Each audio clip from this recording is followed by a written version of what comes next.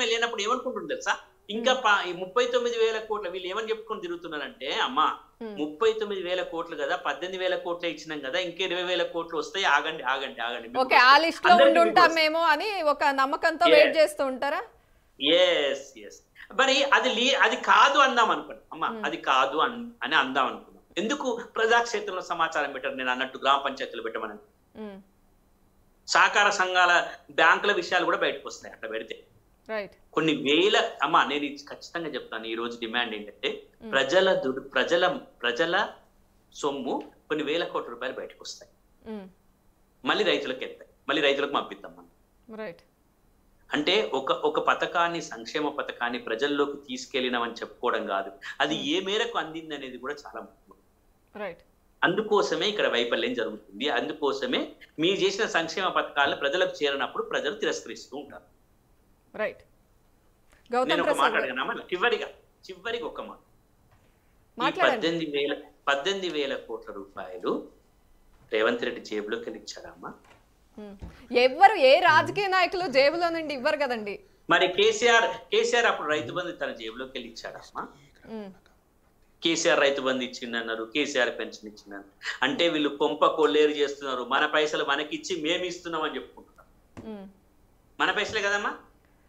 ఖచ్చితంగా ప్రజలు కూడా నాయకుల పైసలు ఎక్స్పెక్ట్ చేయరు, వాళ్ళ పైసలు వాళ్ళకే కరెక్ట్ గా చేరుతున్నాయా లేదా అనేదే కదా ఇప్పుడు వచ్చిన బాధ. అంతే కదా, వాళ్ళైతే జేబులోకి వెళ్ళి ఇస్తలేరు కదా, కాంగ్రెస్ వాళ్ళు జేబులోకి వెళ్ళి కాంగ్రెస్ వాళ్ళు ప్రింట్ చేసి కాగితాలు ఇస్తలేరు కదా మనకి. రేపు పోయిన గత ప్రభుత్వం టీఆర్ఎస్ వాళ్ళ జేబులోకి వెళ్ళి ఇవ్వలే కదా. ఇది కూడా ప్రజల్లోకి చెప్పాలి. ప్రతి ప్రభుత్వ సంక్షేమ పథకం మన పైసలు, వాళ్ళు అక్కడ నిలబడ్డారు, వాళ్ళని ఎన్నుకున్నాం కాబట్టి ఇస్తున్నారు. మన పైసలు మనకిచ్చి మేమిస్తామని అంటే ఎంత ఘోరమైన ప్రజాస్వామ్యం. ఒక్కసారి ఆలోచన చేయండి. మేమిస్తున్నాం, మనం తీసుకునే వాళ్ళు ఇచ్చేవాళ్ళు. ఎవరికి ఇస్తున్నామ్మా? మేమిచ్చినాం ఏంటిది? అది చాలా తప్పుడుగా రాజకీయాలు పోతున్నాయి. రైట్ సాదిక్ గారు. మేడం ఒక్క మాట, వారు లాస్ట్ ఒక మాట అన్నారు కదా, అది భవిష్యత్ తరాల్లో యువకులు ఎవరైనా రాజకీయాలకు రావాలనుకుంటే అది వాళ్ళకు ఆ మాటలు స్ఫూర్తిదాయకంగా ఇవ్వవు. వారు పెద్దలు, వారి పట్ల నాకు గౌరవం ఉంది. ఏ రాజకీయ పార్టీ అయినా, ఈరోజు కాంగ్రెస్ ఉండొచ్చు, రేపు ఇంకోరు ఉండొచ్చు, మేము ఇస్తున్నాము అని అంటే టీఆర్ఎస్ పార్టీ ఒక సిద్ధాంతం ఉంటుంది, కాంగ్రెస్ పార్టీకి ఒక సిద్ధాంతం ఉంటుంది, బీజేపీ పార్టీకి ఒక సిద్ధాంతం ఉంటుంది. మేము అంటే రాజకీయాలు ఉన్న వాళ్ళేం ప్రజల వ్యక్తులు గారా? వాళ్ళేం జీవన వైవిధ్యంలో లేరా? వాళ్ళేమన్నా వేరే దగ్గర ఏమైనా ఉన్నారా? కాబట్టి మేము అనేది ఏంటంటే మా సిద్ధాంతాలు, మా భావాలు, ప్రజల పట్ల మాకున్నటువంటి అంకిత భావము. ఈ మేము అనే దాంట్లోకి దీని అర్థాలు ఇయ్యొస్తాయి. కానీ మేము అన్నంత మాత్రాన రాజకీయ నాయకులేమి ప్రజలకు అతిథులు గారు. రాజకీయ నాయకులు ఎక్కడ కూడా మేము బిచాలకు ఇస్తున్నాం రాజకీయ నాయకులు ఎక్కడ, ఏ ప్రభుత్వం కూడా చెప్పదు, ఏ పార్టీ కూడా చెప్పదు. కాబట్టి నేను ఈ వేదికను చెప్తున్నా, ప్రజలు తీసుకునే వాళ్ళు రాజకీయ నాయకులు ఇచ్చేవాళ్ళు కాదు. ప్రజలైనా రాజకీయ నాయకులైనా ఇద్దరు ఒకటే. ప్రజలు వారి పని వారు చేసుకుంటూ నాయకులుగా కొంతమందిని రాజకీయాల్లో ప్రజాప్రతినిధులుగా ఎన్నుకుంటారు. వాళ్ళ కొన్ని డ్యూటీస్ ఉంటాయి, అవి వారు నిర్వర్తించాలి. అవి వాళ్ళు నిర్వర్తించలేదు అన్న రోజు ప్రజలు వాళ్ళను మారుస్తారు. 10 ఏళ్ళు ఇంకొక పార్టీకి అవకాశం ఇచ్చారు, ఇంకో 10 ఏళ్ళు 15 ఏళ్ళు 5 ఏళ్ళు ప్రజలు నిర్ణయిస్తారు. వారు ఒక డిమాండ్ చేసారు, నేను ఇస్తున్నా.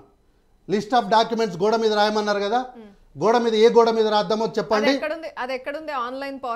ఆన్లైన్ పోర్టలే ఇది, మేము రాసింది ఏం కాదు, ఆన్లైన్ పోర్టలే. దేవరకద్ర నియోజకవర్గానికి సంబంధించినట్టు మా కొంత సమాచారం ఉన్నటువంటి దేవరకద్ర నియోజకవర్గానికి సంబంధించినటువంటి ఇది లిస్టు. ఏ గోడ మీద రాయమంటారో చెప్పండి. కాంగ్రెస్ పార్టీ ధైర్యంగా ఉంది రాయడానికి. మీకు ఏ వెబ్సైట్ కావాలో చెప్పండి, మీ ద్వారానే వారికి ఆ వెబ్సైట్ని అందిస్తాము. వారు ఏ గోడ మీద రాయడానికి వస్తారో రమ్మని చెప్పండి, అంతేగాని ఖచ్చితంగా ఆహ్వానిస్తాం. అయితే వారి పెద్దలు, వారి పట్ల నాకు గౌరవం ఉంది. కానీ వారు మాట్లాడిన దాంట్లో సింహభాగం రాజకీయ నాయకుల్ని, రాజకీయ పార్టీలను, రైతును రాజును చేయడంలో ప్రతి ఒక్కరికి ఒక వ్యూహం ఉంటుంది. కొన్నిసార్లు కొంతమంది సక్సెస్ అవుతారు, కొంతమంది ఫెయిల్ అవుతారు. ఫెయిల్ అయినప్పుడు రైతులు తిరగబడతారు, ఆ రాజ్యాన్ని తీసేసి, ఆ పరిపాలకుడిని తీసేసి, ఆ పాలకుడిని మార్చి ఇంకోటి చేతిలో పెడతారు. కానీ ఈరోజు రైతు రుణమాఫీ జరిగింది, మేము ఇస్తున్నాము అంటే కాంగ్రెస్ పార్టీగా ఇది మా యొక్క అంకిత భావం రైతుల పట్ల. రైతు బంధు ఇస్తున్నాం, మేము ఇస్తున్నాము అంటే ఆ పార్టీకి రైతుల పట్ల ఉన్నటువంటి వ్యూహం అది, రైతును రాజును చేయడంలో వాళ్ళకు ఒక వ్యూహం అది. అందుకని మేము ఇస్తున్నామని చెప్పి అది ప్రజల డబ్బే. అంటే ఇప్పుడు రాజకీయాల్లోకి వచ్చిన వాళ్ళంతా వాళ్ళ ఆస్తులు నమ్మి, వాళ్ళ భార్య పుస్తకాలు నమ్మి, వాళ్ళ పిల్లల అవయవాలు నమ్మి చెప్పమంటారా?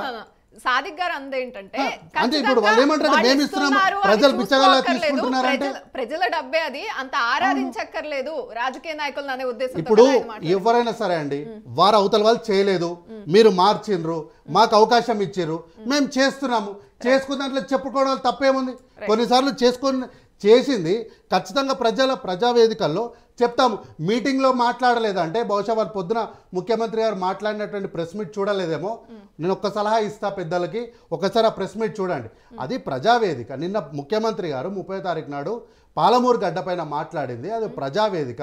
ప్రజావేదిక పైన పాలమూరు నుంచి ఆయన వస్తున్నారు కాబట్టి ఆ ప్రాంతానికి జరిగినటువంటి అన్యాయాన్ని, ఆ ప్రాంతం వెనుకబడినటువంటి విధానాన్ని, ఆ ప్రాంతంలో గుంపు మేస్త్రీలుగా ఉండి మందిని, లేబర్ని వేరే ప్రాంతాలకు తీసుకెళ్ళి ఎట్లా ఆత్మఘోషపడ్డారో ఆ యొక్క సందర్భాన్ని ముఖ్యమంత్రి అయ్యి సంవత్సరం అయినటువంటి కాలంగా వారు దాన్ని నెమరేసుకున్నారు.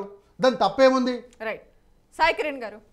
మేడం, ఒక విషయం ఏంటంటే కాంగ్రెస్ మిత్రుడు కార్తిక్ రెడ్డి గారు చెప్తా ఉన్నారు, మాకు ఇంతకుముందు మాట్లాడినప్పుడు దానికి ఏమంటున్నారంటే మాకు సజెస్ట్ చెప్తున్నారు, మీ మహారాష్ట్ర ప్రభుత్వంలో ముఖ్యమంత్రిని ఏర్పాటు చేసుకోండి మొదటిగా. అంటే నేను ఒక ప్రశ్న మిత్రుడిని అడుగుతా ఉన్నాను. ప్రభుత్వం వచ్చి 11 నెలలు అవుతుంది, ఇప్పటి వరకు మన విద్యాశాఖ మంత్రి లేడు, హోమ్ మినిస్టర్ లేడు, 17 మంది మంత్రులు ఉండాల్సినటువంటి క్యాబినెట్ ఎందుకు 12 మందితోనే సరిపెట్టుకుంటున్నారు అనేది దానికి సమాధానం చెప్పాల్సిన అవసరం. గతంలో సంవత్సరం వరకు మంత్రులే లేరు. విషయం అంటే మీరు వాళ్ళు చేసిన తప్పనే వాళ్ళని మాట్లాడలేదు.